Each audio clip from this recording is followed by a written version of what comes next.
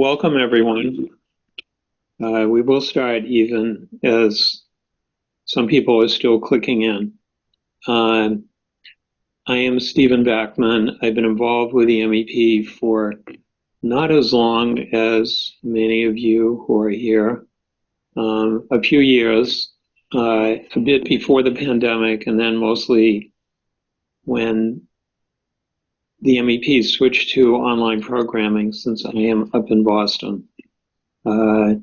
I've facilitated some groups and facilitate a couple now, one of which is quite relevant to today's topic, which is on political strategy for the left for Marxists today.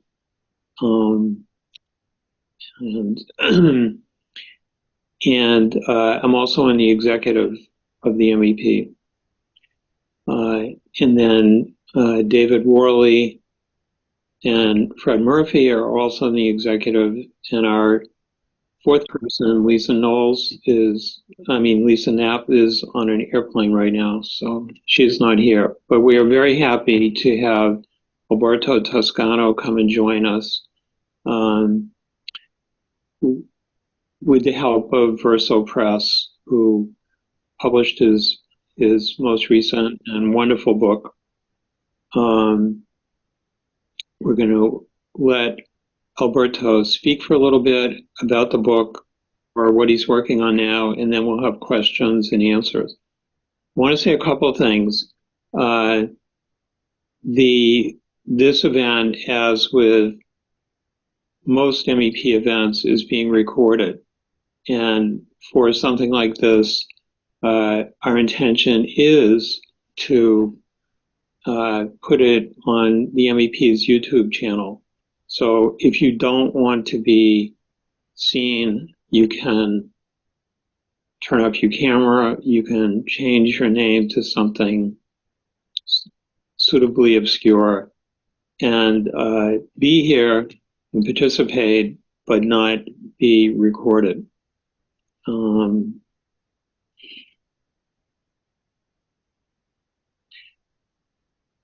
While Alberto is speaking, and afterwards, what we would prefer is that if you have a comment or a question, you use the chat for that.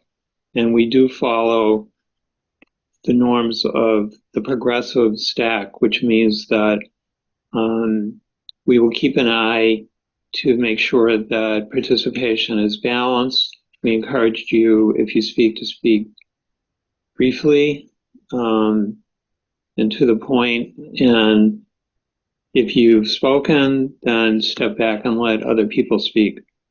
As simple as that. We also would say that in order to keep track of people that want to speak, we would rather that you not have extended side conversations in the chat. It makes it hard to keep track of who wants to speak. And it also is distracting. If, as I was saying, you don't want to speak, then you can put comments in there and we'll read them. But otherwise, let's try not to have multiple conversations going on at the same time. There are no bathrooms, you're on your own, and I don't have any other bureaucratic things to bring up. Maybe Fred, is there anything you'd like to add? I think you did want to say something about the Palestine solidarity activities today, right? Yeah. So, I was going to come to that. So we're meeting here today. We generally have events like this with authors or books or special topics on Saturday afternoons and Wednesday evenings. And we started planning this one quite a while ago. We were a little taken aback to find out that we're conflicting with events here in New York and also in Boston and many other places in solidarity with Palestine and the struggle in Gaza right now. And we know some people decided to go to that instead of coming here. And those of you here, we appreciate that you're here. as you may have seen and mentioned in the chat, one thing that the MEP is doing this spring, one of our oldest long-running classes is a weekly literature class. And this spring, in solidarity with the struggle, the theme is reading novels from Palestine. And Fred just put a link to it. And it's already started, but just barely, and you're welcome to join it. And since Jacqueline, who is the convener of that group, is here, I wonder if you would like to just say a word or two about it and how it relates to political events that are going on now. Thank you, Steve. My name is Jacqueline Cantwell, and I'm really fortunate to be. Can you hear me? And it's not too weird an image. Okay, great. I'm really fortunate to be able to work with the MEP on this because I've met so many interesting people who have so much to offer on topics of literature. We're going to cover novels from 1949 to the present. Next week, we're finishing up the novel Arabesque, which is very easy to get. It's from New York Review of Books. We're reading 9 novels. It's going to, and the session will end in June. So if you're interested in it, contact me or Fred, and I'll send you the syllabus because we revised the syllabus because some of the novels are hard to get. So we're getting the easy to get novels first, and then we're going to get into the later on we'll get the more obscure ones. I think the way to look at this is solidarity with Palestine is that Palestinians have been speaking for themselves for a very long time. And it's important to hear the voice of the Palestinian people as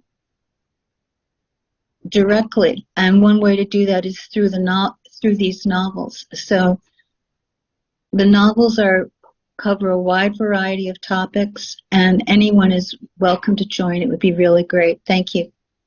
Thank you, Steve. Thank you. Yeah, this is a serious many-page syllabus, so we appreciate all the work that you've put into it, and I encourage everybody to check it out.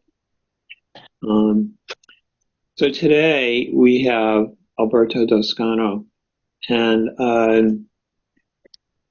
I would say that I'm one of those people that I had seen your name in passing in different places, but didn't really associate it with a certain place in contemporary theory until your most recent book came out, which we'll get into. For example, many of you probably have seen or have read this book, and I read it a while ago, and I kind of breezed through the introduction, which Alberto co-wrote. And the introduction, looking for it because they have a great title, which I don't.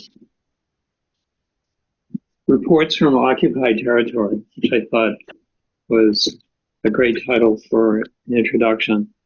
And you may have seen articles that he's written over several years on these themes of the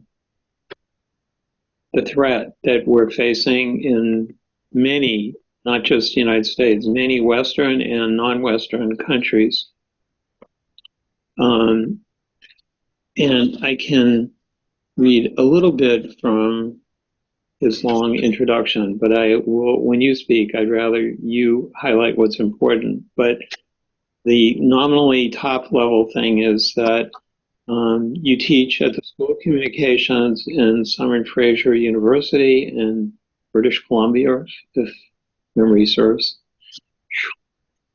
And then you co-direct the Center for Philosophy and Critical Theory at Goldsmiths, University of London. You have other books that you've written, translated into English, many, many articles have been published, which I will leave it to you to highlight that what you want.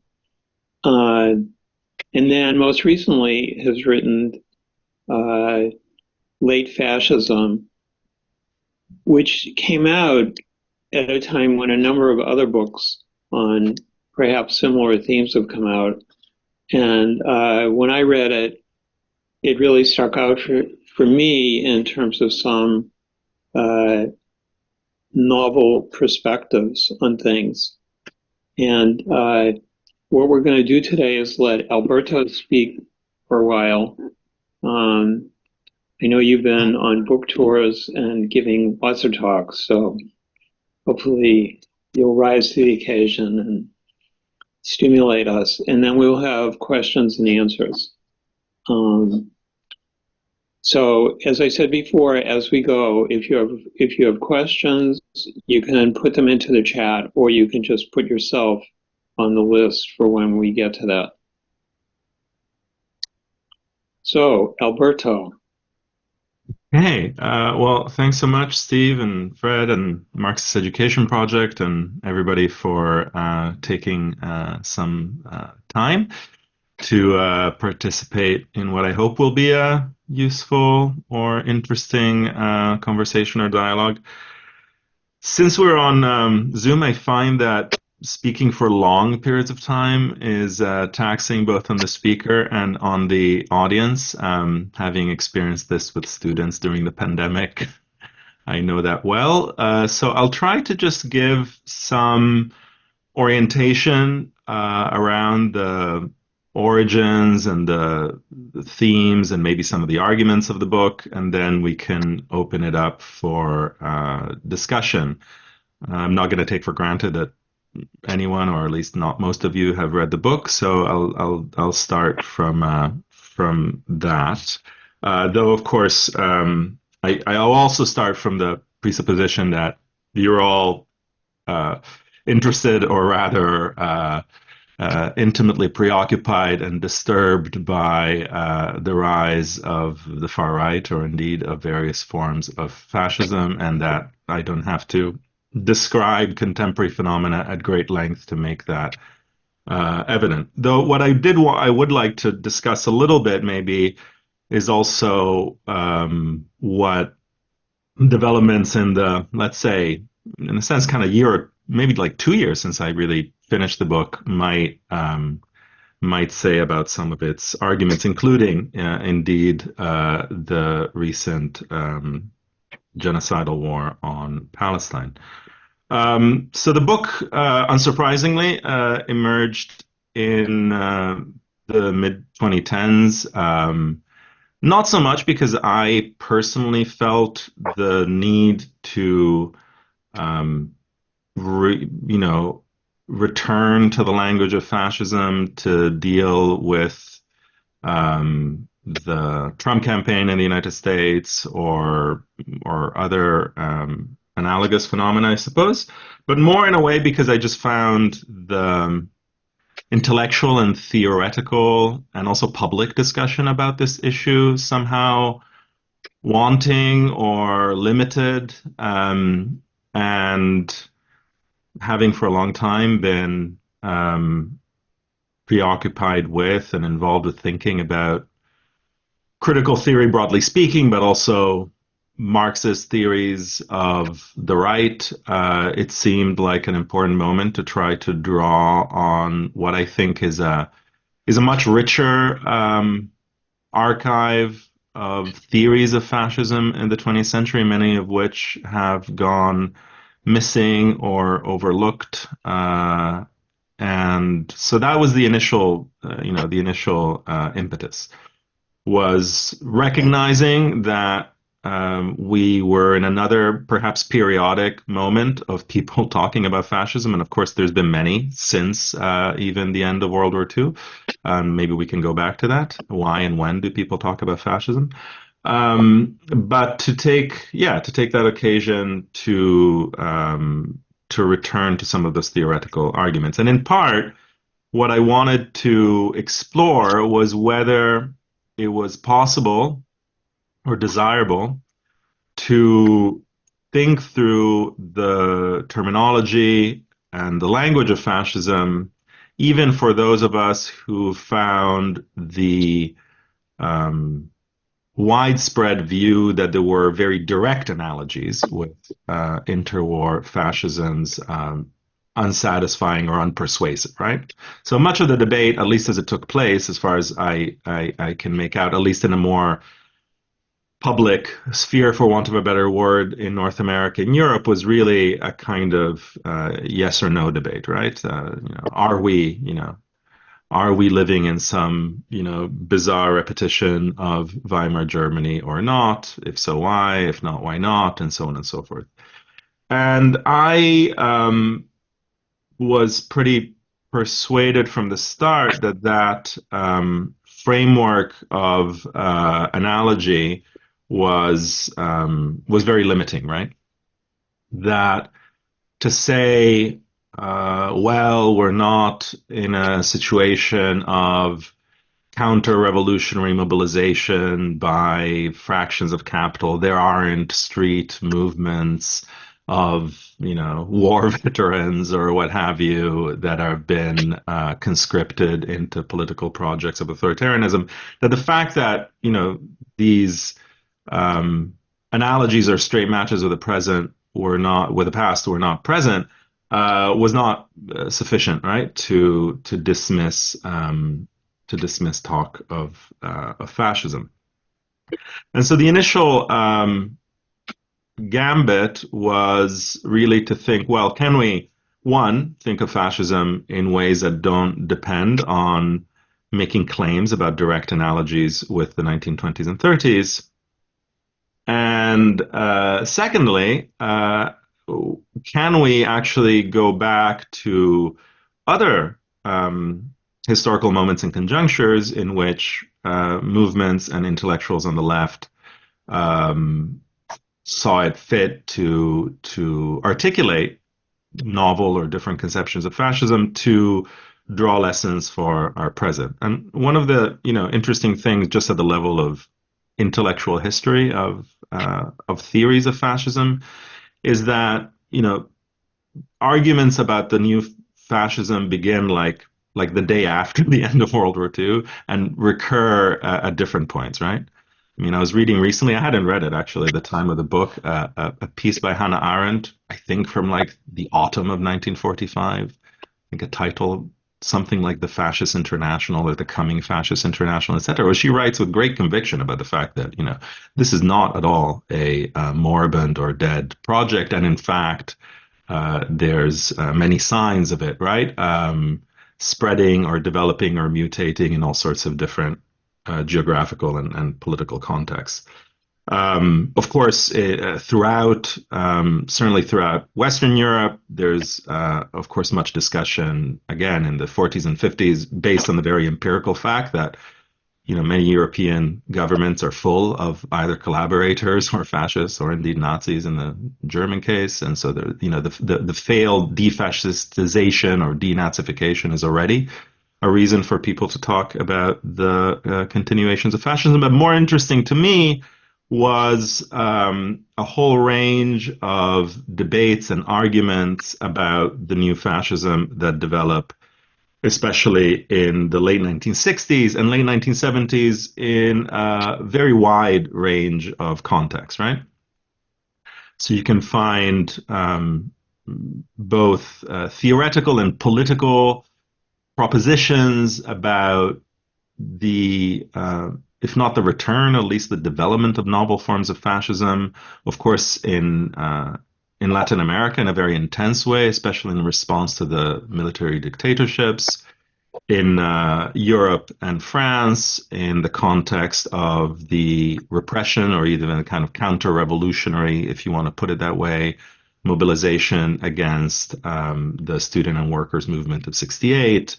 And of course, there's a very rich debate, which is fairly pivotal to my book, that emerges in the context of Black liberation politics and the writings of imprisoned Black revolutionary intellectuals like Angela Davis and George Jackson in the United States, in the late '60s and early '70s. But of course, that's a debate that in part returns and revises arguments which had been circulating through the Marxist and communist movement, including, of course, very classical theses about fascism in the Third International, from R. Palmdot, from Dimitrov, from, and then, of course, theories coming from the Fourth International and all sorts of anti-colonial, right? Theorizations of fascism in which people like, Aimé Césaire and others loom large, right?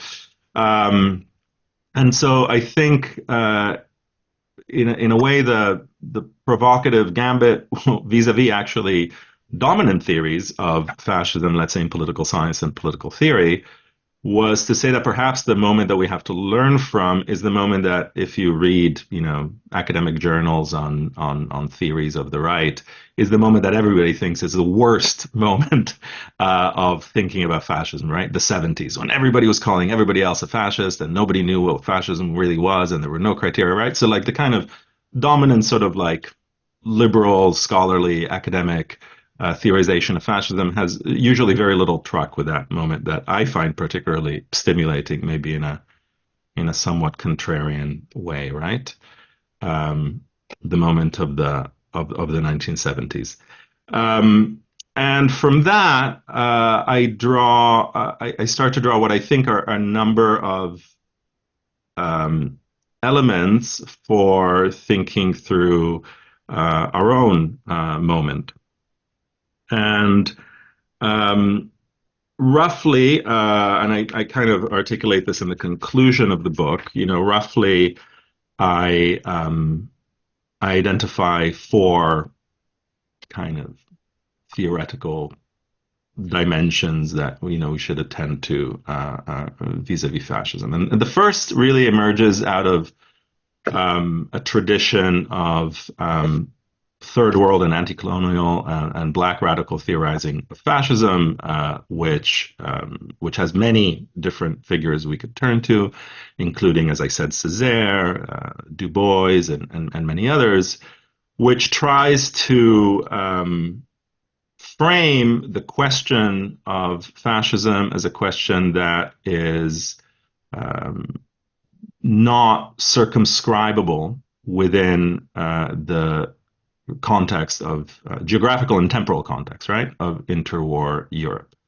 That fascism is intrinsically and constitutively a phenomenon that has a longer history and a history that is deeply entangled with the histories of colonialism, indeed of settler colonialism, and of anti-black racism, chattel slavery, and so on. So that instead of thinking of fascism as this exceptional disruption of some a kind of autoimmune syndrome of European civilization, that it has to be thought of in a much more dialectical and historically grounded way, as being part of this longer history of imperialism, right? Broadly speaking. And in fact, I think if we read through those, black radical and anti-colonial theories of fascism, then we get a different angle on something that even someone like the Greek Marxist theorist of fascism, Nikos Poulantzas, said, right? He famously takes that line from a famous line from Horkheimer's 1939 essay, Europe and the Jews, whoever's not willing to talk about capitalism should be quiet about fascism, roughly remembered. And Poulantzas says in his book on fascism and dictatorships, he says, well, actually, we should vary that, right? It's like whoever doesn't want to talk about imperialism should be quiet about fascism, right? In any case, so that's kind of like part of the angle. And in fact, I've since the writing of the book, I've also tried to explore that dimension more, not least in a longer essay, which hopefully will come out sometime this year or next, about the ways in which W.E.B. Du Bois's Black Reconstruction can be thought of very much as a theory of fascism, notwithstanding the fact that Du Bois only mentions fascism twice in the book. But Amiri Baraka, amongst others, had pointed out long ago that, in fact, what Du Bois is generating is what Baraka calls a theory of racial fascism that's specific to the U.S. context, and maybe we can talk about that. Now, the second thing out of these kind of four elements that I trace in the conclusion of the book, the second dimension, which I think is very significant, especially if we wish, as I do, to subject to criticism liberal theories of fascism, or indeed even liberal politics of anti-fascism, is that fascism has to be thought of, especially if we're trying to think of it in nascent or embryonic forms within seemingly liberal societies, as a political form and ideology that's, let's say, differently or differentially experienced, right? This is something that comes out very clearly in the writings of the likes of Angela Davis and George Jackson, who argue, quite clearly that, much of the experience, not just of incarcerated Black political prisoners in the late 60s and 70s, but of Black communities more broadly, fits all of the features of what fairly classical and mainstream theories of fascism would see as fascist forms of domination, or indeed racial terror, but they're just not recognized as such because they're only meted out on a sector of the population, right?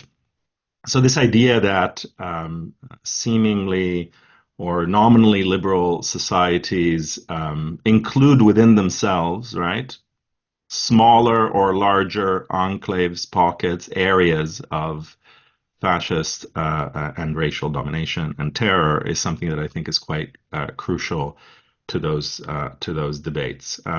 Just as an aside, and I talk about this a little bit in an article that I wrote for a collection that Versa, electronic collection that Versa put out recently on essays on Palestine under the current war on Gaza, and I wrote a longish, well, it's a kind of combination of two different pieces, so about the question of fascism vis-a-vis Israeli politics, right, and of the war.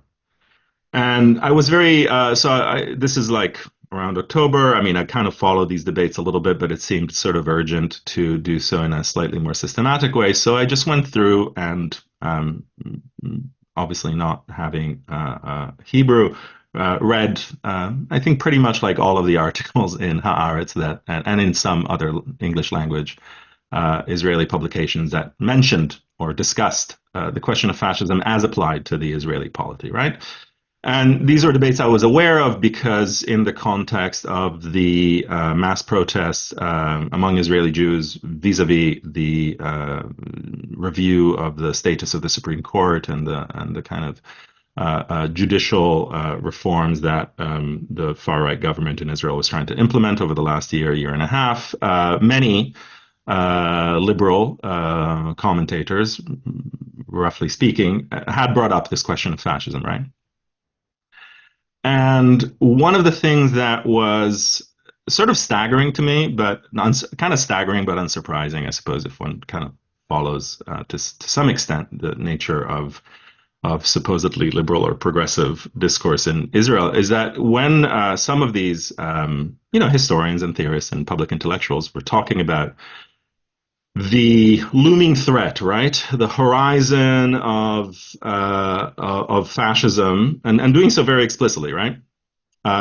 In the public sphere, liberal public sphere in Israel, they were making almost no links, right, to the not just to the occupation, but to the ongoing repression and domination of Palestinian citizens of Israel, to the whole history of settler colonialism and of Zionism as well, right? And there was one passage in particular, which I think I cite in the article, where this historian, who on one level had made what seemed to be this kind of courageous argument in Israel, saying, we're facing this threat of fascism, et cetera, et cetera. And he says, he has a description which in many ways is very compelling. He says, well, if and when fascism comes to Israel, it will, it will be kind of compatible with this sort of like neoliberal capitalism. Many people will just go around, along their merry consumerist ways, et cetera, et cetera.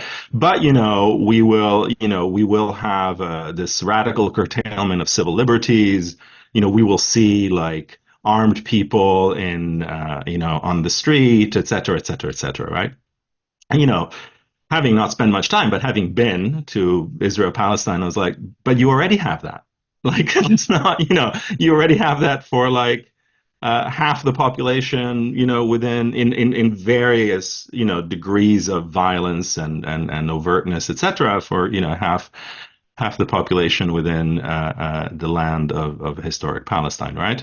And there was something about that inability, right, to link the threat of fascism for that sector of the population that had been living until now, right, in a sort of like liberal rule of law sense, forgetting that even Palestinian citizens of Israel lived under martial law, until the mid-60s and have obviously not lived with full rights since, et cetera, right? So I was, that kind of struck me, right, as a way in which a lot of the thinking about fascism has this reflex, right, and has a reflex of thinking of fascism as exceptional. And in thinking of fascism as exceptional, it also has to disavow or forget the ways in which those forms of political violence and of repression that it sees as the marks of exception are already being, visited on all sorts of other groups, which are, outside of the, kind of sacred circle of like liberal rights, right? And I think that to me seemed quite significant. This is something that was really lucidly grasped by a theorist, political theorist, Ernst Frankl, who wrote about the Nazi regime and used this formulation of the racial dual state, right? And he said, this is a state that is a state where for some it's an exceptional state, and for others, right, it's a kind of normative state where laws to some extent still obtain, right? And that in many ways is, I think, not just within the context of Israel, is something that we see, repeated, and I think to me is very significant as an anchor or as a pivot through which to think about fascism. Now I'll move towards conclusion, because I'd like to kind of open this up for a discussion, right? The third element, which I think is very significant to the kind of mentality and also to the temporality of fascism that I wanted to underscore, was something that was made, first used as a formulation, if I'm not mistaken, by an Italian anarchist, Luigi Fabbri, like in 1922. This idea that fascism is a preventive counter-revolution, right? Which is a interesting, but I think rich formulation. It's a formulation that's then used also by the Third International Indian Marxist theorist R. Palm Dutt in Fascism and Social Revolution in the 30s, and then is picked up again by Marcuse and Angela Davis, right, in the late 60s, early 70s. And I think this is it's an important angle. The Marxist theorist Etienne Balibar, not talking about fascism per se, but also uses this expression of preventive counter-violence, right? Like as a kind of curious, like anticipating. So you're in a sense, the fascist is always engaging in self-defense, even when, of course, the attack that they're defending themselves against is notional or imaginary or conspiratorial or fantastical or what have you, right? And I think this is significant also to think through the ways in which the mentality and the the horizon of the far right is dominated by the need, right, to mobilize against real or imaginary enemies. One of the things that I think is very striking about our moment, certainly if one follows at least some of the discourse and the phenomena of far right agitation around the world, is the way in which it depends on projecting, what to us on the left, so to speak, seems to be like an absurdly overblown image, right, of the power of this kind of like, many-headed, communist hydra that is now controlling, all institutions down to whatever the, DEI offices of the State Department or whatnot in the more crazy formulations of the far right, right? So this kind of persistence, right, of an anti-communism, even in the absence of communists, I think is kind of symptomatic of a certain mobilizing form or mentality of fascist politics which we can see as a kind of anticipatory or preventive counterviolence, which of course also then links to all sorts of pessimistic and apocalyptic narratives that are very mobilizing, right? On the far right, for instance, but now not even that far right, because many Congress people in the U.S. and presidents of European countries believe in it. Things like the Great Replacement narratives and so on and so forth, right? And the last and fourth element, which I think was to me very significant, and I think is kind of under recognized or underappreciated even in the historiography of fascism, is that I think one has to break with a sort of myth that comes from Cold War debates about fascism that were incorporated under the broader heading of totalitarianism, which is that fascism is all about obedience, obligation, unfreedom, etc. And I think that is that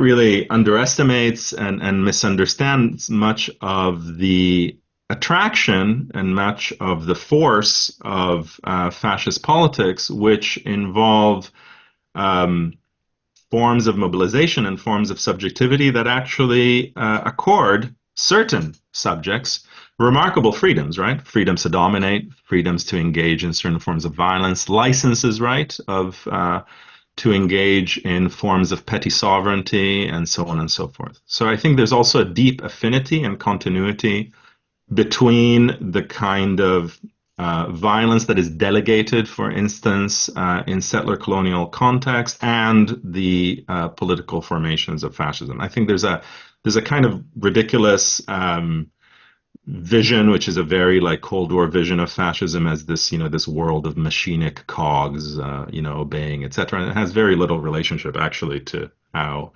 actual Italian fascism or Nazism operated, the forms of freedom and license and delegation and subsidiarity that were present vis-a-vis the actual agents of violence. And I think we really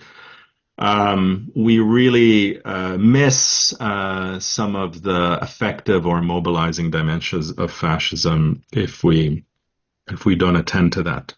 So those four dimensions, I guess I could summarize as one, this kind of longue durée of fascism within the context of colonial and racial capitalism, the differential experience of domination, the idea of a preemptive political violence, anticipating an imagined existential threat, and this kind of deputization of violence by fascist forms, I think, are all quite significant dimensions that in learning from these earlier theories of fascism, we should attend to, in a way breaking with, again, a sort of totalitarian or Cold War perception of fascism that seems to require this monolithic Moloch-like state, the inability, for fascist subjects to make any decisions, and the idea of its total kind of exceptionality.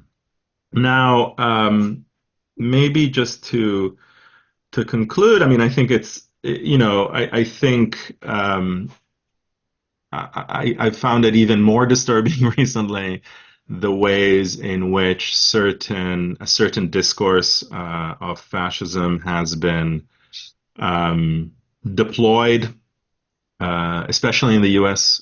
Context, where the question of fascism is basically reduced to the electoral threat of a second Trump presidency, and that therefore the threat of fascism in this kind of liberal pseudo-anti-fascism then sort of justifies, everything, including, collusion with, genocidal violence in Palestine, in order to, stop the threat number one, right? That would be the electoral path to sui generis U.S. fascism and the like. And it seems like that's part of the reason that can happen is because our discourse and our understanding of fascism seems to be very impoverished. And in some way, one of the things that I just wanted to do very basically with the book is to open up the debate also to very different perspectives and resources, historical and present, to break with this perspective a little bit. And yeah, maybe I'll I have many other things I could say, but I also think it'd be interesting now to just open up the discussion more, and then we can see what aspects or dimensions of this issue people are more exercised or taken by. Yeah. Thank you. So I will, while everybody is collecting their thoughts, I'm going to take the prerogative, the facilitator's prerogative, and throw out a couple things for you to ask about. And I wasn't planning to ask this, but from your last comment, I was going to ask if people, including people on the left, are throwing around the term fascist, this and that, talking about the danger of re-electing Trump, and you're saying that's the wrong way to look at it. What is the right question to ask about Trump? As I was thinking about that, I realized that the TV show, which I admit that I have watched, True Detective, Jodie Foster is always saying, that's the wrong question. So what is the right question? Yeah. So that's one thing. Mm-hmm. And then a second thing, which was going to be my first point, I always like thinking about how did someone come to write the book, and you alluded to that. And for example, you mentioned, anybody who wanted to wade into, say, the history of discussion about fascism in the 1970s was really just looking at a mess.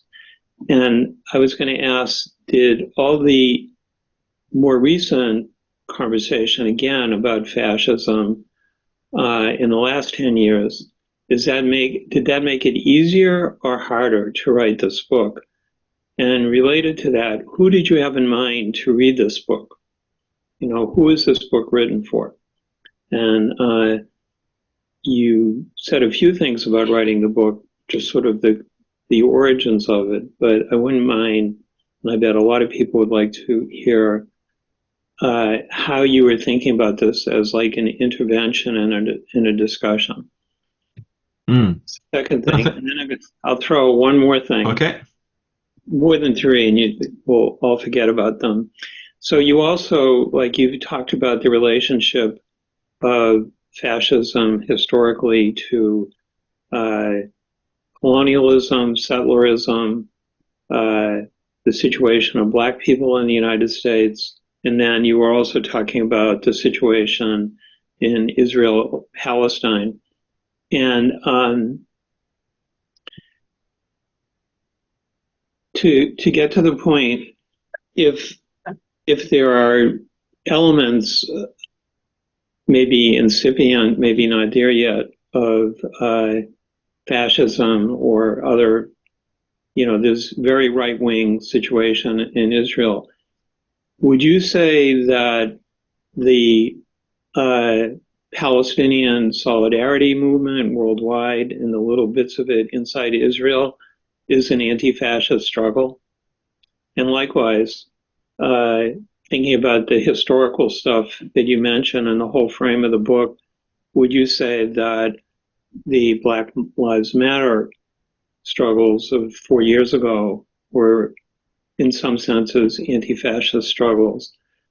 And then finally, third part of that, what type of organizing or organization do we need today to deal with the possibility of late fascism? And I mentioned to you that some of us are reading Rodrigo Nunez's book, and he asks in that, he talks about different types of organizations being needed at different moments. So what is the nature of the protests that are going on right now, and what do they say about the type of organizing we should be doing? So, yeah, those are a lot of very rich and fairly multifaceted questions. So, what's the right question vis-a-vis vis-a-vis Trump? So, I think the question, is Trump a fascist or not, is a kind of uninteresting and sort of kind of doomed question, not least because of the profoundly volatile and anti-political character of the figure himself. The question as to whether a kind of process of fascization, so to speak, is crystallizing around Trump, I think is a different and a much more serious issue, right? So I think that one of the positions, let's say, within the so-called fascism debate that took place over the past few years in the U.S., which you can find articulated in different ways by the likes of Dylan Riley in the pages of the New Left Review, by Corey Robin and others, was to say that, ultimately the Trump presidency, right, was far more, in many ways kind of course, it was the conduit for all sorts of obscene degrees of racism and license to far-right politics like Charlottesville, etc. But actually, in terms of its substantive impact on the U.S. polity, it was also in many ways a weak and failed and etc. presidency, right? And we can discuss aspects of that. Where I think instead the issue for me is much more significant is in terms of these much more entrenched and long-term processes, right? Like what's happening at the level of state legislatures, right? All of the forms of obliteration of, social and civic freedoms and systematic and radical rollback of, even the glimmers of reformist politics, right? And that's very concerted, it's very systematic, and whether we want to use the language of fascism or not, we can debate. But those seem to me to be the processes that are far more worrying. Many of which are totally involve no exception or no rupture of the legal or constitutional order, right? Like they're perfectly in keeping with what is possible within the United States polity, which after all is a polity that engaged in racial discrimination and terror with the same constitution. Obviously the constitution was amended, et cetera, but there is this idea that there's something like that there are kind of like deep antibodies within the U.S. legal order against forms of extreme racial and social discrimination and domination. It seems to me to be extremely fanciful, right? That's one element. The other element is are all of the forms of this is where the question of the BLM, maybe I'll skip ahead to that for a second, right? So I do think that abolitionist politics and radical anti-racist politics are, in many ways, more more aptly identified as like a kind of consequent anti-fascism than, squaring up against the traditional Workers' Party or some neo-Nazi formation, right? Which are terrible and should be confronted, et cetera, but are really not what is transforming the social fabric of the United States and other countries in a deeply worrying direction, right? And we know full well that those forms of racial terror and racial domination and that also crystallize around the system of mass incarceration that people like Jackson and Davis experienced, but were also, kind of anticipating and discussing.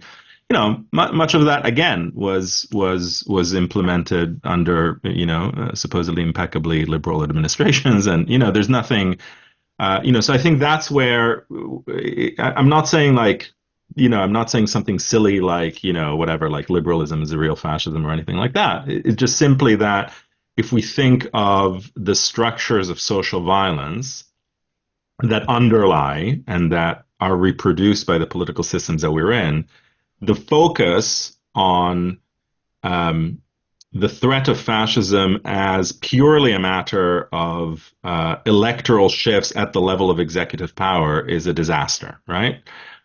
Is a disaster because, which is not to say that you can't have like radical transformations that can take place at that level, right? Like I'm not, even though I think it was like, I think calling it an insurrection is a little bit silly as far as I think in retrospect, January 6th, but nevertheless, those things could go in all sorts of directions, right? And so there's not, I don't think there's some kind of like inherent robustness that means that the US couldn't enter into some bizarre, no man's land of like exceptional semi-dictatorial power. Why not? But I think to just detach that, right?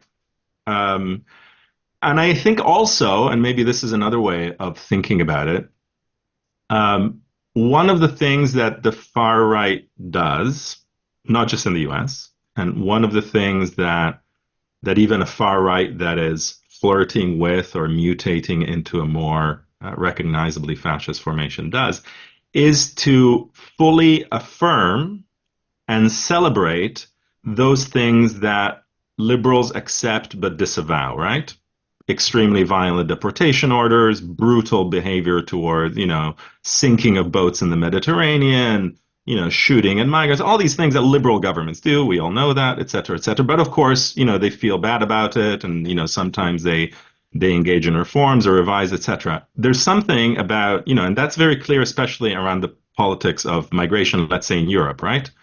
Many of the most appalling things were passed by social democratic or liberal governments, etc. They didn't celebrate it though, right? Like, so there is a difference, and it's not an insignificant difference, right? But there is a kind of, dialectical relationship between the ways in which structures of social and political violence and exclusion and domination have been allowed or furthered or reproduced by liberal democratic governments, and then the ways in which, in situations of crisis, stagnation, disaffection, etc., far-right movements come and say, oh no, we're going to do that stuff that the other government was doing properly.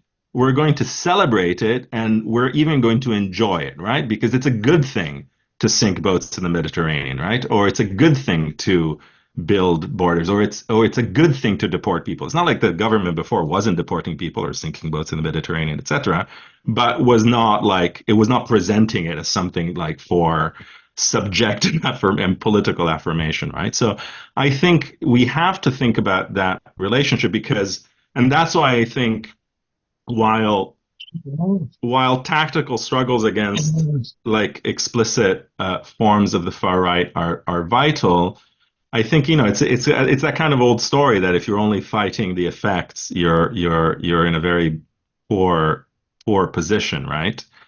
And yeah, so that's and I think what I see as one of the problems of a kind of liberal but also certain left fascism is the ways in which the focus on the electoral urgency, let's say, and the focus on that level makes us ignore and not contend with fascism really as a kind of social process, right? That takes place long before the explicitly far right political figures come on the scene. And then, of course, there's a whole other discussion to be had about, what exactly is the relationship between this and, the classical domain of Marxist theories of fascism, right? Like economic crisis and, capitalist strategies, right? That's like a different thing that perhaps we can go into. Now, in terms of, I think there was who's the book for? Yeah, I don't.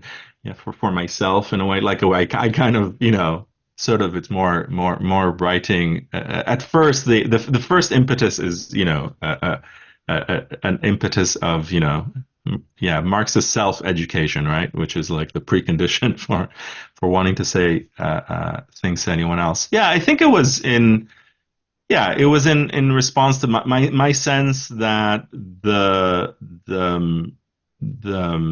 discussion, not just in academic settings, but also in a more, public political setting, was impoverished by the ways in which all of these previous debates had been kind of forgotten, and that somehow we then turned to this domain where it seemed normal to just have a debate about fascism, which was about slightly cartoonish versions of the 1930s, and the comparison kind of ended there.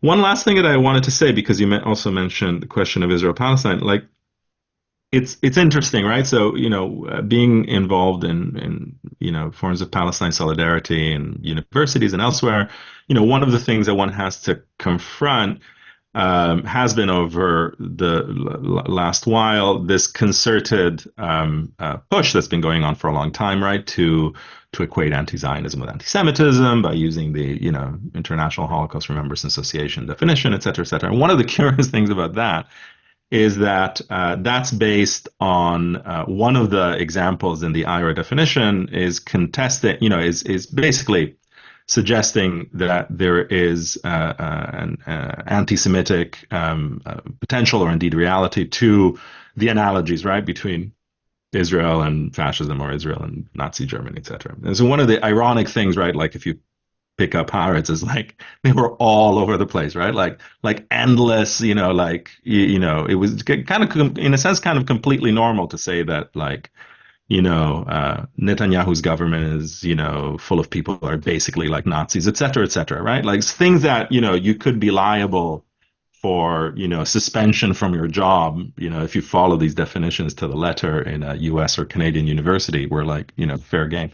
And one of the things that I think is, one of the things that I remember being struck by when I took on the project is it was thinking actually how much people who had themselves, right, experienced the brutality of fascism, down to, like, cases like Primo Levi, who had been in, concentration and extermination camps, etc., who nevertheless found the notion that fascism was still a going concern and was repeating and mutating in different ways, like very, very evident, right, through the 50s, 60s, and 70s, right? And in fact, famously, people have returned to this letter, in the New York Times, when it was a less abject publication as far as these things go, Hannah Arendt and Albert Einstein and Sidney Hook and so on, published a famous letter referring to the Harut, the precursor party to, I guess, what is now the Likud,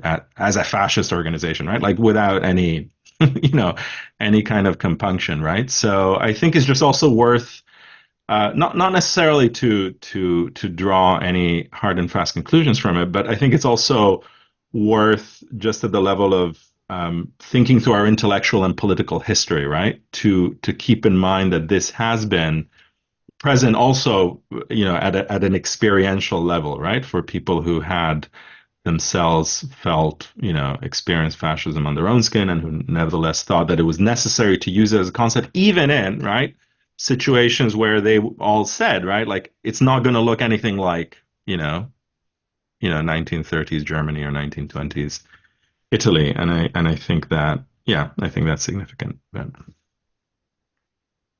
Well, great answers and a lot to chew on. But we're going to open it up now, and I see Michael, and then I said Karen, but it's Karen and Steve, so someone there. Michael first. Okay. Can you hear me okay? Yes. Yeah.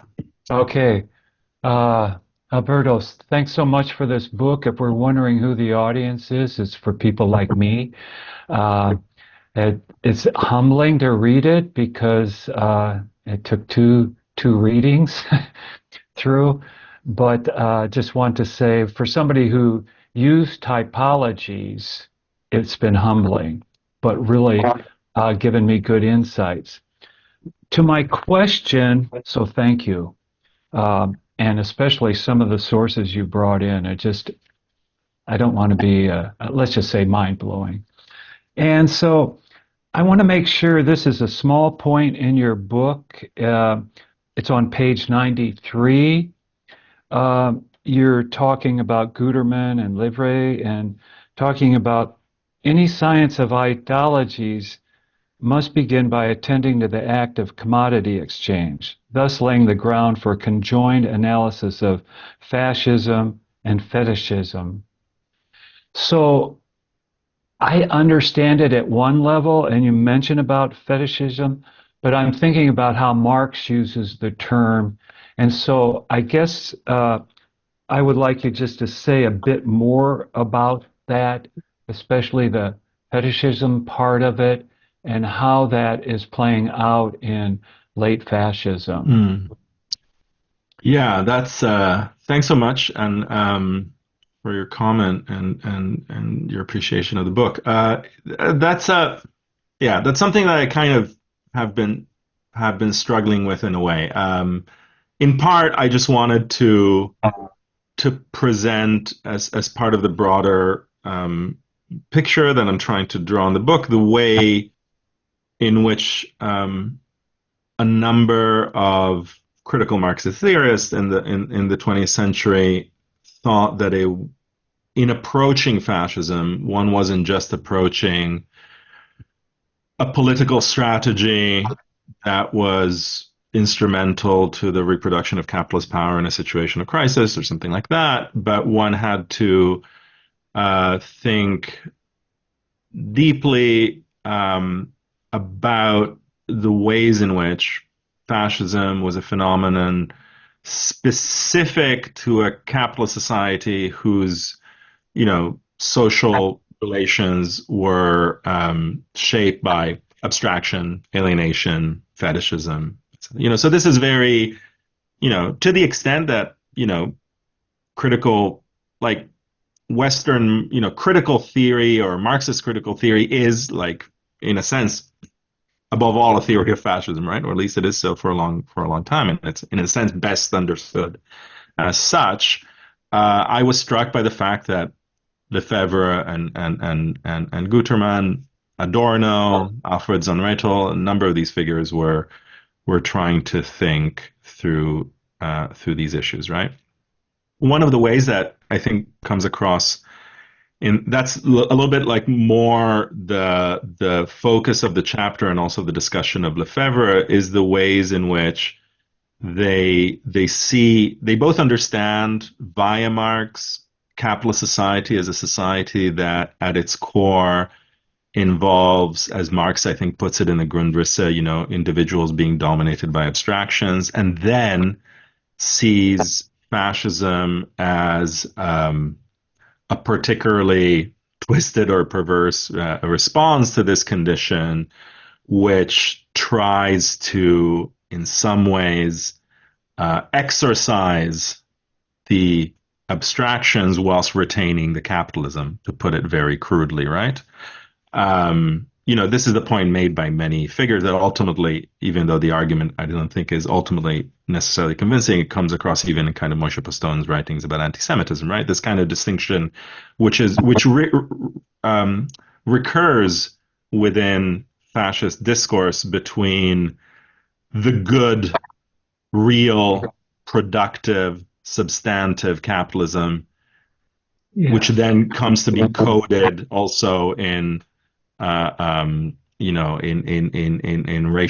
racializing forms against, right, the pernicious, destabilizing, evil abstractions, which in turn are racialized and make up, for much of the ideological structure of mid 20th century anti-Semitism, right? As a lot of these theorists deal with. So that was the kind of thing that I was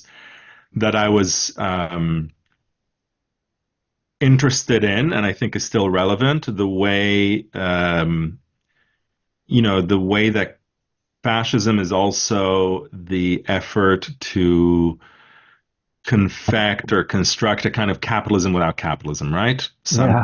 With the idea, which is of course entirely incoherent from a Marxist standpoint, from a critique of political economy, that you could have the capitalist producers without the capitalist finance, that you could purge, right? You could immunize capitalism from crisis and from all of its pernicious social pathological dimensions by expelling everything within it, which is abstract, right? And that's something that I then draw out also through there's a kind of through line in Nazi ideology, which is also linked to how it conceives of law, right? So curiously, this is the French historian of Nazism, who's really kind of brilliant figure, Johann Chapoutot, deals with this at length.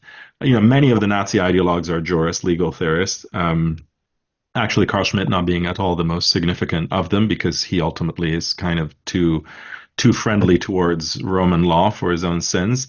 And a lot of that theorizing is based on the idea that there's substantive, communal German law versus, right, what they call, in one of these bizarre hyphens, the hyphen plays a big role in fascist thought because it links things that have no link to them, like Judeo-Masonic Bolshevik. In this case, it's, Judeo-Roman law, which is clearly not a thing. But it is a very potent fantasy, and it's a potent fantasy because it's the idea that Jewishness and Roman law are identified, right, by abstraction, right, and by abstraction from the real, organic, vital, life of the race, et cetera, et cetera. And I think we do encounter variants of these formulations, right? So a kind of, you could say, a kind of a sort of violent or pathological fantasy of a false defetishization, right? And I think a lot of fascism is about these morbid fantasies of concreteness, right?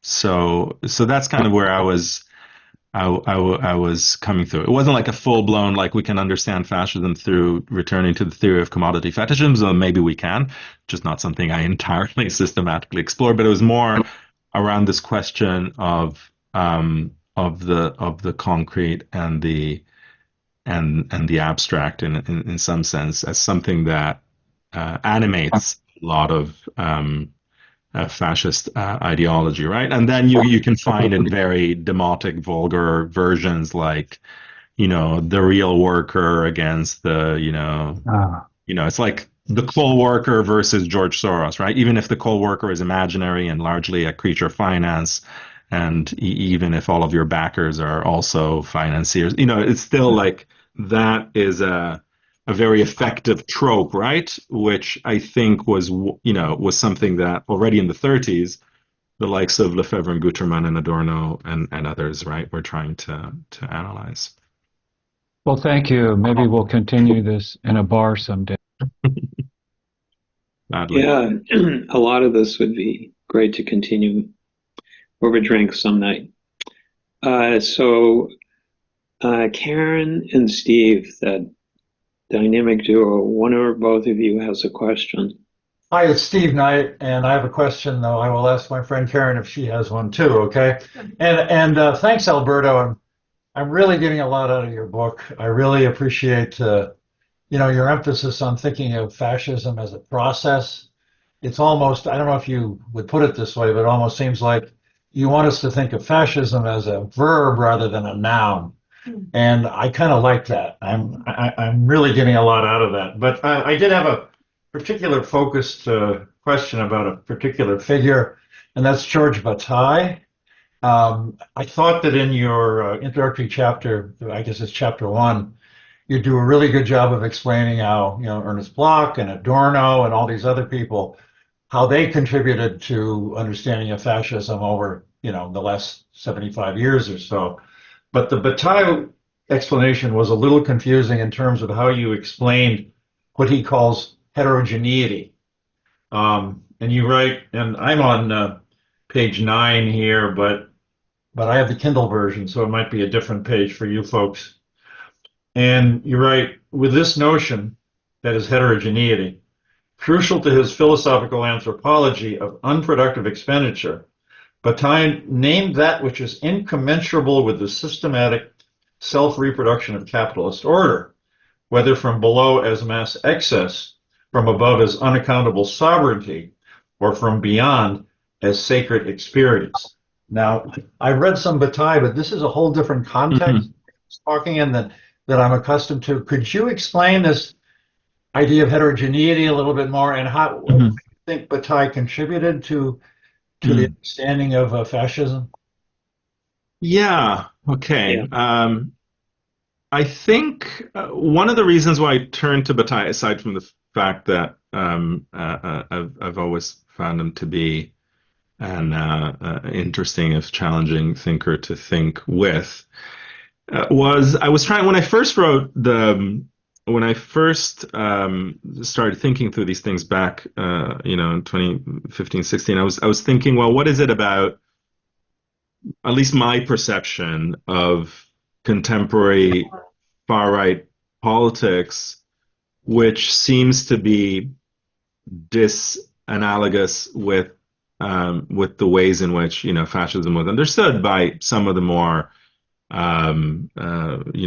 vital and vibrant thinkers in Marxism in the 1930s who encountered it, kind of directly. And the reason why I was thinking about Bloch and Bataille together is because they both were explicitly or implicitly critics of a certain Marxist understanding of fascism, which you could say is a broadly instrumentalist understanding, right? That which in many ways is might be seen as largely persuasive, but the idea that faced with the inability to reproduce their regime of accumulation and their social power under conditions of mass social crisis and also of emergent and restive workers' movements or indeed revolutionary movements, that large sections of industrial or finance capital basically threw their lot in sort of in mild desperation with these, plebeian ultranationalist movements, which they'd rather not have dealt with, but, it was kind of last chance saloon, and so here we go, right? And that, in some sense, which is not false in many ways, but one of the things that both Bloch and Bataille, in different ways, but around the same time, right, mid-1930s, 36, 37, were trying to think through was in a way to take more seriously, right? To take more seriously the dynamic and even the appeal of these fascist movements, and not to think of them simply as functional to or instrumental to capitalist rule, right? And both of them, I think, had, even though the theories are very complex, Bataille's theory of heterogeneity, Bloch's theory of non-contemporaneousness, but the insight is not that strange or mysterious. It's the idea that somehow fascism drew on and mobilized certain desires and certain aspirations and certain experiences which were in excess of the normal reproduction of social relations in this kind of capitalist society, right? That they drew on desires for and drives towards things that were not compatible or commensurable with like everyday normality, right? Whether in terms of in terms of trying to reinvent forms of the sacred in a kind of mythological sense that seem to have disappeared with social secularization, or whether it was drawing, for instance, on mythic or utopian imaginaries that capitalist society seemed to have terminated, but were still around, right? So Bloch for his part talks about the idea that the mistake that Marxists made basically in the 30s was to think that the society was made up only of workers and capitalists and of their desires, which were kind of synchronized around the class struggle around the point of production. But in fact, there was vast amounts of dispossessed peasants and former gentry and petty bourgeoisie, etc., whose social imaginary was very different, right? And that drew even on like medieval fantasies and all sorts of other things that that a kind of rationalist, communist or socialist left was just ignoring, right? So that was that was basically the reason. I mean, leaving aside the nuts and bolts of the theories, which can be quite complex. That's kind of what I was drawing on, and that sort of led me to something that I haven't entirely resolved, but it's whether, like in dealing with the contemporary far right, we think that it is drawing on these incommensurable, excessive, non-capitalist desires or not, right? And that's a big difference between someone like Bloch and Adorno. For Adorno, fascism was actually much more a phenomenon of a fully secularized and integrated society, right? And for him, that's why he calls like even the Hitler crowds, right? The Nuremberg rally crowds, for him are not like having some kind of ecstatic religious experience, right? In fact, he says he actually uses some of the same terminology to talk about like popular culture as he does about mass rallies and fascism, right? He talks about this thing that he calls, phony fanaticism, right? Like people perform ecstasy, etc., but ultimately, this is a world that's been stripped, right, of that sacred religious dimension, and it's much more prosaic than the fascists themselves want to, or at least the Nazis in this case, want to present it as. And so I think the discussion in the 30s is a complex one about whether these forms of incommensurable desire or social violence or something that fascism is drawing on. I think in the present, I do think it's by and large the far right movements that we see have much partly because we're in a very different context and there's a very different left, right?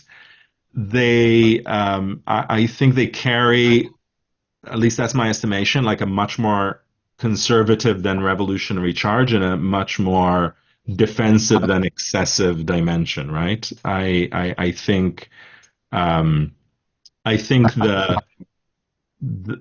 whilst on the fringes it may be the case, right, that that there's and that's always been the case amongst kind of neo-Nazis and neo-fascists and occultists and fringe groups, etc., that these kind of energies are being mobilized. I think by and large,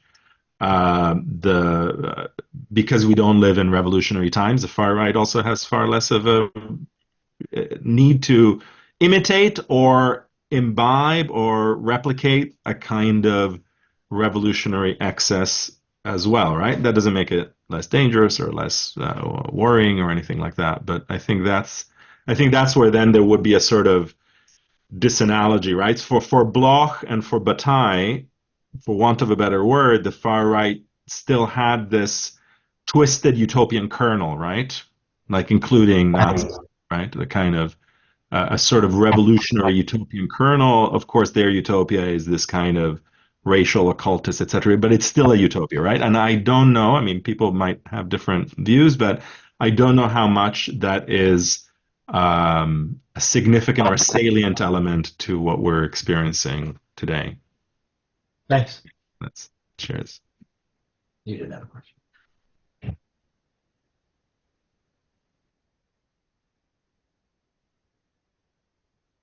Oh, is it my turn here? You're muted. We have about a half hour left, and some people are waiting. I just want to ask, as a courtesy, Alberto, if you need a minute break. I'm good. Okay, great. I can go for another half hour, and then yeah. Okay. Is my mic on? I always start talking when it's Yeah, you're good. Hi, Phil. Hey, Alberto, good to see you. I wanted to talk a little about, or ask a question about the relation between state fascism, the fascism of the 70s, which you kind of excavated from neglect, and a kind of the intermittent fascism from below, which is the one that is always studied or analogized to the interwar fascisms. And it seems that the state fascism is a kind of everyday fascism. The national security state, the prison industrial complex, which liberals are not aware of because it doesn't act on them, but in terms of differential vulnerability, people of color bear the brunt of that, which is why Langston Hughes says, I know what fascism is. I don't have to look at it. But there's this other thing that happens, it seems to happen at certain times and not at others. And I wonder if there's a mimetic element to it. The fact that that sort of intermittent upsurge is usually explained by economics. Everybody's doing terribly from neoliberalism, which of course is true. But I think that the one quality of the everyday fascism is they simply break the laws, and it's ignored. The national security, it is a dual state, and the national security state and the prison industrial state are outside of the rule of law. And it seems that in this upsurge from below, there seems to be a joy in law breaking and even custom breaking. You look at the Republicans in the House who just ignore subpoenas and there's no consequence. It seems that one of the elements of the fascist movement is a certain systematic law breaking because they realize there's no enforcement about a large number of others. Anyway, that was my thought. But what is your sense of the relationship between the intermittent upsurge from below and the kind of everyday fascism of the dual state? Yeah, I think that's an important question, and I suppose one that probably requires specifying the answer to particular national or state contexts and conjunctures, right? I think the U.S. context, because of sedimented or embedded legacies of settler colonialism and racial discrimination, actually involves has a whole dimension of deputized or localized violence, which is very different than what one encounters in the context of continental Europe, say, right? So, and we saw that, emblematic of this moment. I mean, if I think of a scene, is the can't remember if it was police or National Guard, but it was the waving through of of Kyle Rittenhouse with his AR-15, right? Like that is not an imaginable, like, as a as a displaced continental, as a diasporic continental European, like, Europe is much more like classically Weberian that way, right? Like the monopoly really means that like the state has the guns, and they you don't have the, and the deputization system. And I was talking to somebody a while ago who was involved with the group Political Research Associates, and they were doing research on the so-called sovereign sheriff movement, where you have, situations where the porosity, right, between not the federal state, but, the local state apparatus, right, like the sheriffs and whatever, and the militia far right is like total, right? Like there's no, and so I think that, for instance, so in those domains, I think it's probably a lot trickier, right, to think that these are entirely separate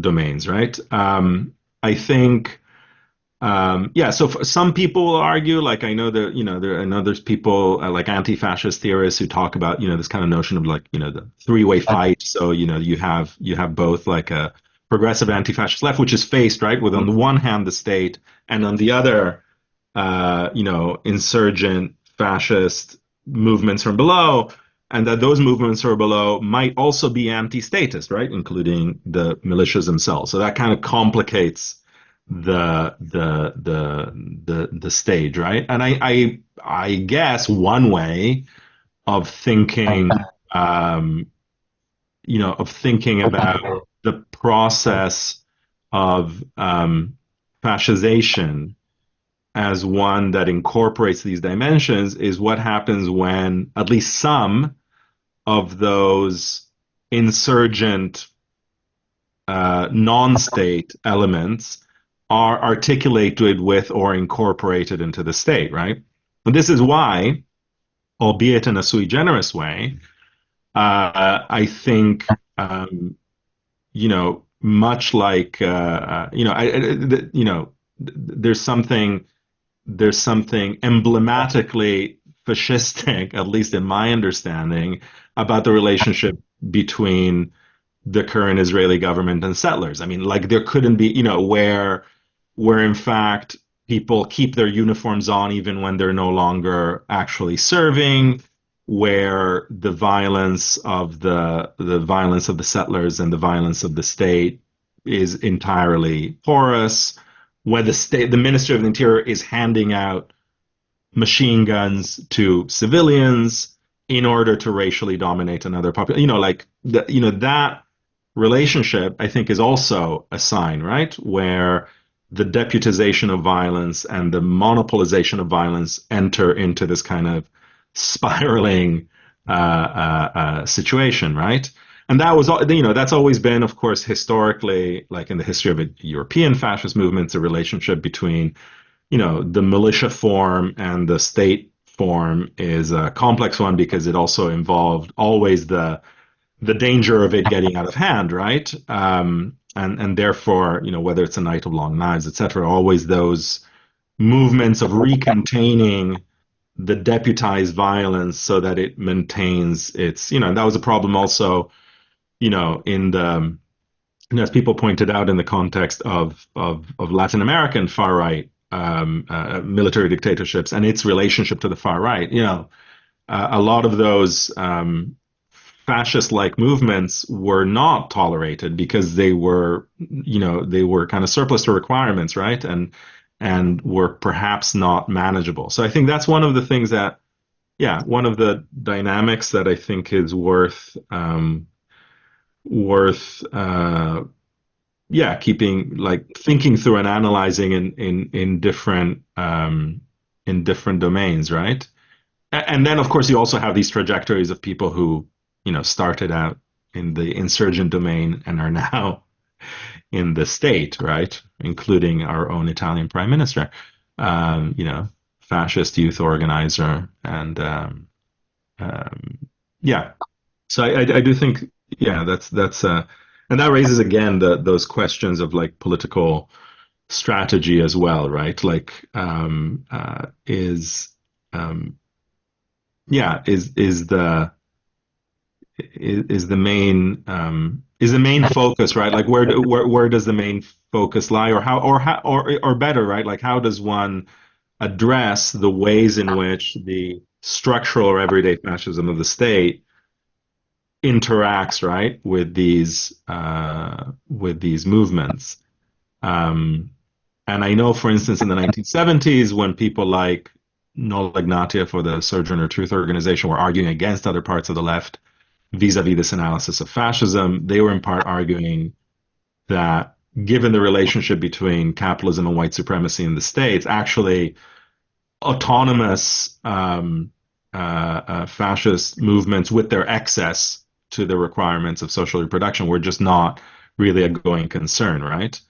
And I guess in the context now of the US, it's also about thinking, and I know a lot of people do very detailed research on this, right? I was just at a conference in Princeton, which was all about this, but what's happened, right, to the far right after Charlottesville, right? And like what's happened to all of those mutations whereby many of these groups have entered into aspects of the Republican Party, formed themselves into other formations that are kind of like less seemingly insurgent, but nevertheless still carry very far right and racist politics. So I think that's where like a kind of more, ethnographic empirical dimension comes to the fore, right? And that seems to be the somewhat the trend, not just of a kind of normalization, but I think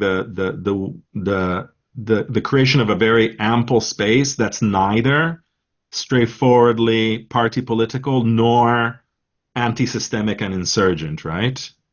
And I think the fauna of that is very ample in the U.S. case, it seems to me, at least, right? Thank you. I just want to jump in for a minute. I was realizing already when I introduce you, I mean, maybe it doesn't matter, but like from the comment you just made now, maybe I should have said that you were originally from Italy. Oh, yeah. Yeah. Okay.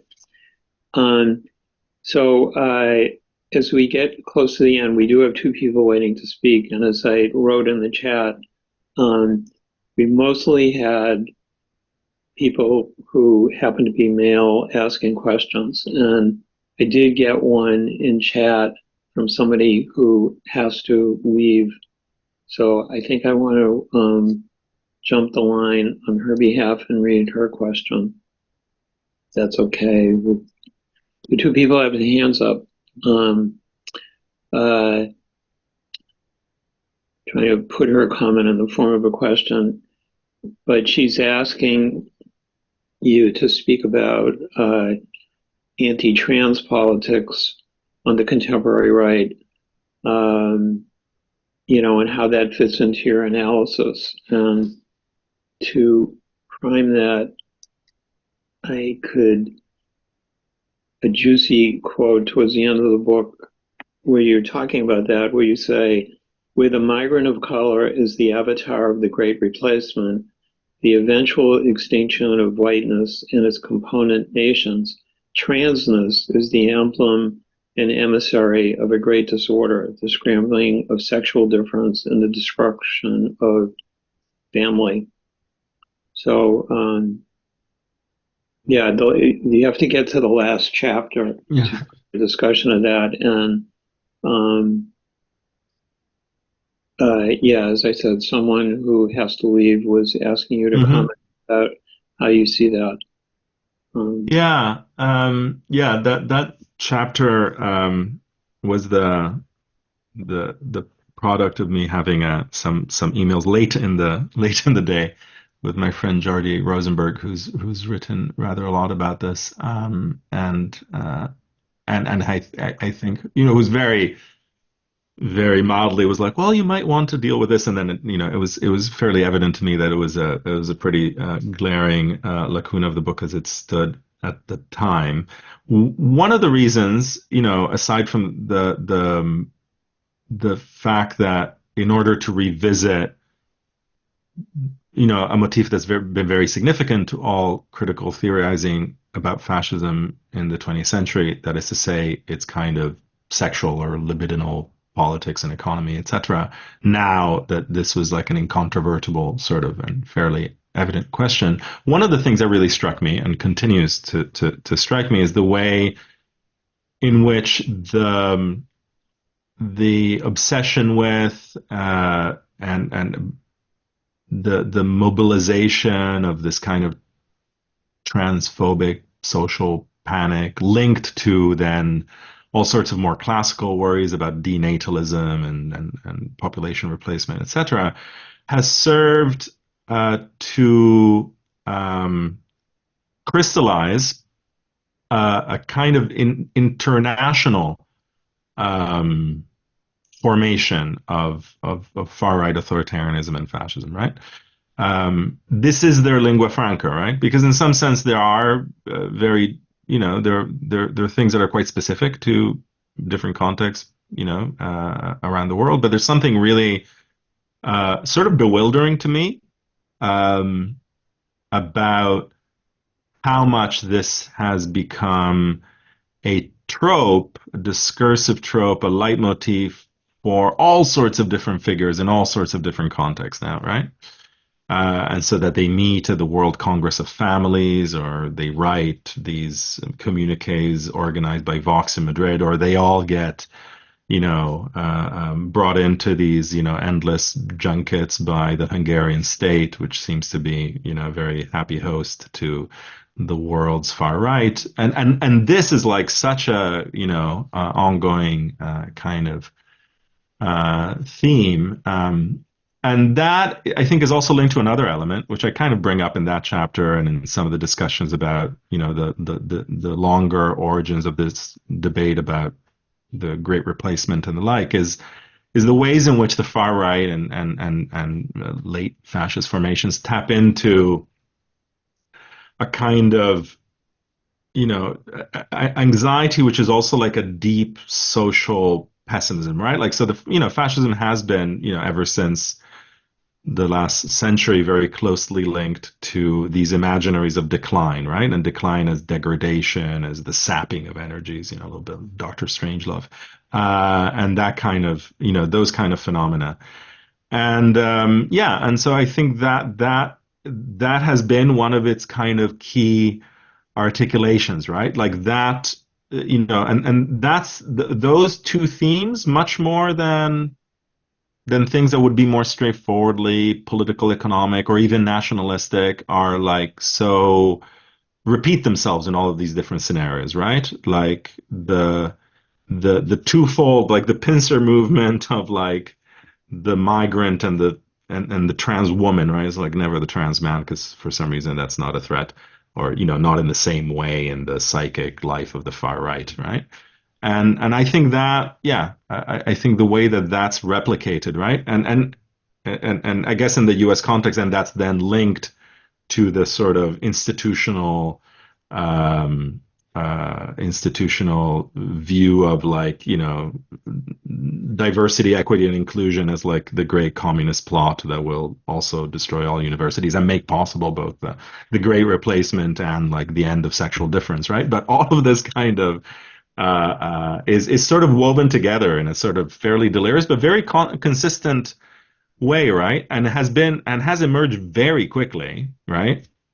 Like, it was not something that was really operating the same way on the far right. And I saw that even, it's so powerful that even with this very bizarre phenomenon, I don't know if any of you followed, there was this electoral victory a couple of days ago by this a very peculiar British figure, George Galloway, who ran a campaign in Rochdale, and he ran this campaign with different leaflets for the Muslim constituents, roughly speaking, in the town of Rochdale. He ran these leaflets like, I'm all for Gaza, Palestine, etc. And then he ran the leaflets for for the whites in Rochdale, which were basically like, I will stop immigration and trans. And I thought, wow, this is so insane, right? Because like this is the same figure who ran against Labour as a former Labour MP when I was around in the UK, just on a straightforward anti-war platform, right? You know, with a bit of demagogy, etc. But that now this would be how he imagines, like, you secure the vote, right? You secure the vote on, like, basically the borders of the country and then, like, the borders of sex, right? In some sense, are the two things that you need to police. And this is how you present yourself as, like, you know, a popular politician, right? Like, this is what you do to defend the interests of, you know, real people or like whatever. And yeah, that struck me as very, very symptomatic. Getting towards the end, we have George and then William waiting with some comments or questions. Hello, thank you. There is the phenomenon, I submit, of authoritarianism, and there is the phenomenon of fascism, and I'm going to say slash Nazism. Yeah. So authoritarianism is about maintaining stability. I write a lot about Star Trek. In Star Trek, the point is made in the context of empire, terror must be maintained or the empire is doomed to fail. That is the lesson of history. So again, the focus is on stability, repressing people in order to, again, maintain stability. Now, fascism, in somewhat of a contrast, is about the mobilization of hate. Mobilization of? Of hate, the mobilization of hate. And so you really what prompted my question, my first thought towards the question was when you said that fascist Nazis like to hyphenate a lot of things. And in the American context, what we see is the idea of the Judeo-Christian West. And so you may or may not know this, but the Attorney General, William Barr, while he was in office, made the argument of the United States as a Judeo-Christian country. Of course, rejecting all men are created equal, rejecting the separation of church and state. And so, if you just comment on that bifurcation within authoritarianism, focus again on stability versus the mobilization of hate and the mobilization of in-group and out-groups. So the in-group being Judeo-Christians, the out-group being presumably everybody else. Thank you very much. Oh, thanks. That's really useful. I think, I think that distinction. I don't think there's necessarily a hard and fast distinction between authoritarianism and fascism, but I think you're entirely right to point towards this polarity, right, between stability and a certain form of mobilization around hostility, hate, etc. In a way, what calls for attention is, what is the relationship between these movements and a broader social and economic context, right? So if you are in a social and economic context, which is one of destabilization, right? So late 20s, early 30s, etc., then the total mobilization of fascism can be viewed, at least by some, as a possibility of a restabilization, or indeed or a kind of reproduction or securing, right, of certain forms of social power or social privilege. I think one of the curious things about, I think in some sense it's true that at least to me, the contemporary common sense is much more oriented towards this kind of fearful and anxious desire for stability, or for the reproduction or perpetuation of, at least, or return to an imagined stability, right? And that's where you get the problem, because if the stability is not there, then how do you get there, and who's going to get you there? And that might involve the mobilization of all sorts of social violence, right, against migrants, undesirables, racialized groups, etc., etc. So even when the orientation is towards conserving or towards stabilizing, the dynamic might involve or indeed require the mobilization of all sorts of social violence. There's a sense in which I think while fascism does not as such require the presence of politicized mass movements on the street, it certainly does require, I think, some kind of reference to these, popular or plebeian energies of one sort or another, be they electoral or the level of mobilization itself, right? So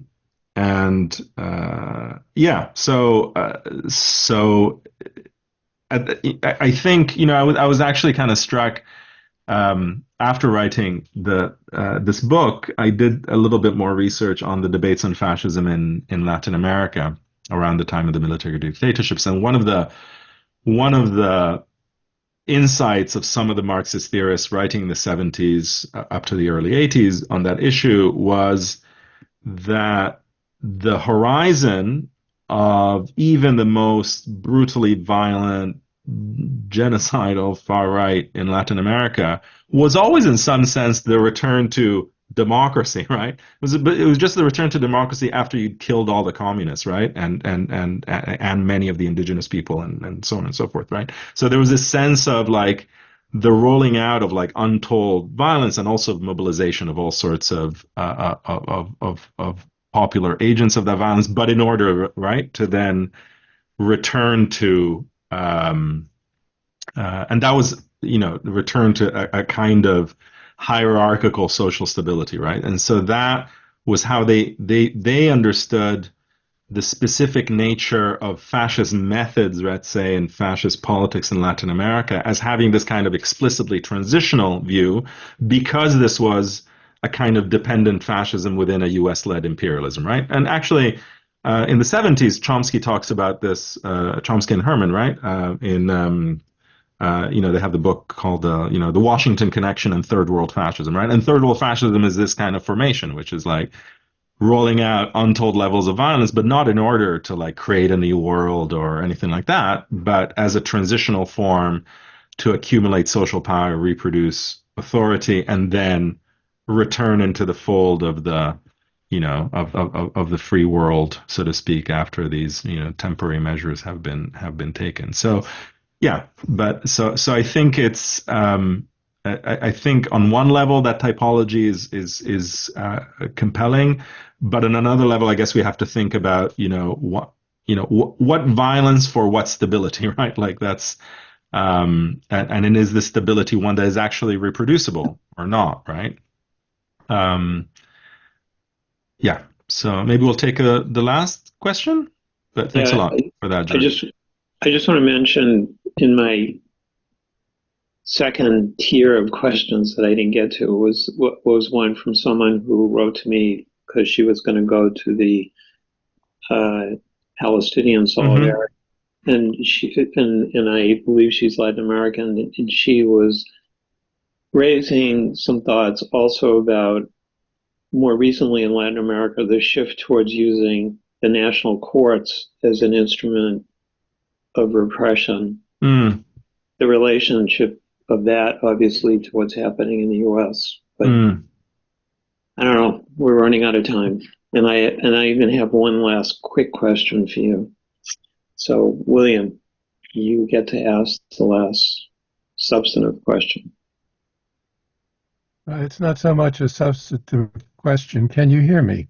Yes. Okay. I just wanted to make two references.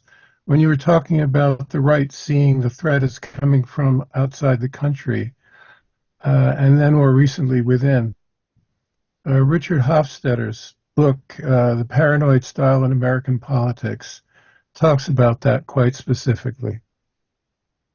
And yeah. The other is China Miéville's book, A Spectre Haunting, which is more straightforward. Capitalism is causing fascism. Maybe you can put links to those two books in the chat. I did. Oh, you did? Oh, yeah. Thanks. Further up. That's it. Great. So, taking a page shamelessly from Ezra Klein in the New York Times, who for a while I was listening to. Do you have three books other than yours that you want to recommend to us to read right now? You've referred to a lot of books, but what are you reading now, and what do you think we should be reading? Well, what am I reading? I am halfway through Greg Grandin's book on the end of the myth, the end of the myth, the end of the myth of the frontier. The title now defeats me. Yeah. Which I think is a great. I think he's a brilliant historian and a really great writer. But I think it's also it's been a very interesting book with which to think through those questions of the delegation of violence, not least in so-called the history of Jacksonian democracy in the United States. So that I found really useful. I'm reading a book that doesn't in French that I don't think exists in English, but by a Palestinian intellectual called Figures of the Palestinian, Elias Sanbar. He was a very close friend of Gilles Deleuze. I think was an ambassador for UNESCO, and I think some of his articles you can probably find in the Journal of Palestine Studies from the 70s and 80s. But it's a really wonderful history, which also does a lot of centers the writings of Palestinian historians themselves around the Nakba, and so I thought that was really important. And I'm just kind of looking around my desk to see what to pick. Yeah, but those come to mind, and and recently just for teaching I finally finished reading the Black Against Empire, the history of the Black Panther Party, which is a very good book too. Somewhat random, but for those here who might want to keep in touch with you, do you have a blog or other public things that we can... I don't. Well, I do, but I just haven't written in it for a while. I had this blog called Cartographies of the Absolute when I was writing that book, which every year or so I post something on, but it's not something to look at. And I'm only a mere lurker on social media, so nothing to... Yeah. But I guess if anybody for more public writings or like less academic writing, I have written a couple of things recently for In These Times, one about the right and the other one around the ways in which the repression of solidarity with Palestine in universities can be understood as part of the broader sort of right-wing culture war campaign. So if you go to In These Times and write my name, I guess those will come up. So, well, thank you, Alberto. Great. Well, thank you all, and thanks for really extremely stimulating discussion and great questions. Yeah. Hope to keep in touch.